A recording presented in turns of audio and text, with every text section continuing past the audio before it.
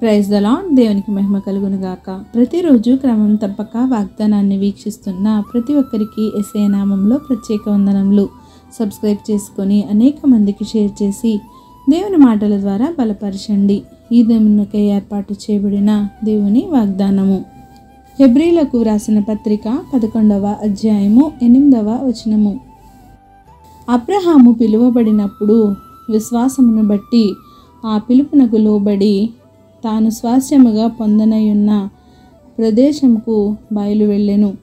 మరియు ఎక్కడికి వెళ్ళవలెనో అది ఎరుగక బయలు వెళ్ళెను.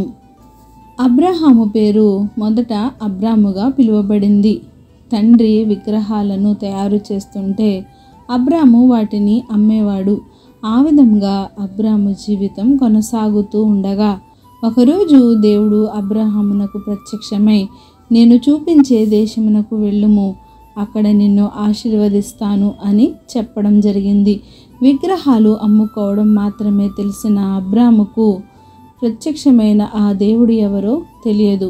ఎక్కడికి వెళ్ళమంటున్నాడో అంతకన్నా తెలియదు. బయలుదేరమన్నాడు తప్ప ఎక్కడికి వెళ్ళాలో చెప్పలేదు. అదే మనమైతే దేవునిని ఎన్ని ప్రశ్నలు అడిగేవాళ్ళమో, కానీ అబ్రహాము మారు మాట్లాడలేదు. ఆయన నిజంగా దేవుడో కాదో పరీక్షించను లేదు. కానీ దేవుని పిలుపునకు లోబడి బయలుదేరాడు. ఎక్కడికి వెళ్తున్నాడో తెలియని వాడిని ఏమంటారు? పిచ్చోడు అని అంటారు. అయినా అబ్రాము విశ్వాసముతో ప్రయాణం సాగించాడు. ఆ దినమున ప్రారంభమైన అతని విశ్వాస ప్రయాణం అతనిని ఎంత ఎత్తుకు చేర్చింది అంటే, భూమి యొక్క సమస్త వంశములు ఆయన యందు ఆశీర్వదించబడ్డాయి. మీ తండ్రి ఎవరు అని ఎవరిని అడిగినా చెప్పే సమాధానం అబ్రహాము వంశము అని, తండ్రి అయిన అబ్రహాము అని. అంతేకాదు, యేసుక్రీస్తు వారు వచ్చిన వంశము కూడా అదే. ఆ వంశములన్నీ ఆశీర్వదించబడ్డాయి. దీనికి అంతటికి కారణము అబ్రహాము యొక్క విశ్వాసమే. అతని విశ్వాసమే అతనిని విశ్వాసులకు తండ్రిగా చేసింది. మరి మన జీవితాలు ఎలా ఉన్నాయి? మనం విశ్వసించలేకపోతున్నాం.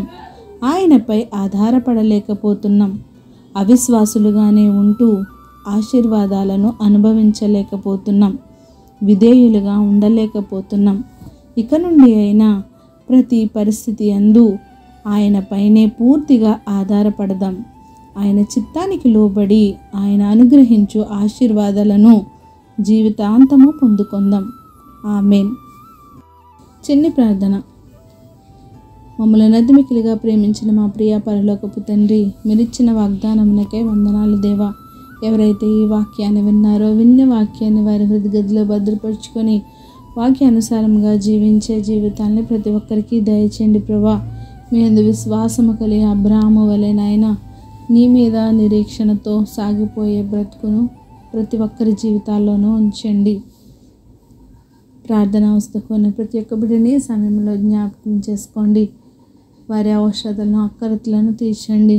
ఎంతోమంది ఎన్నో రకాల ఇబ్బందులతో ఉండగా వారిని మీరే ఆదరించండి, కనికరించండి, కృప చూపించండి. సమస్త ఘనత, మహిమ, ప్రభావం మీరే ఆరోపించుకుంటారని యేసుక్రీస్తు పరిశుద్ధ నామమున ప్రార్థించి అడిగి వేడుకొంచున్నాను మా తండ్రి. ఆమేన్. God bless you all.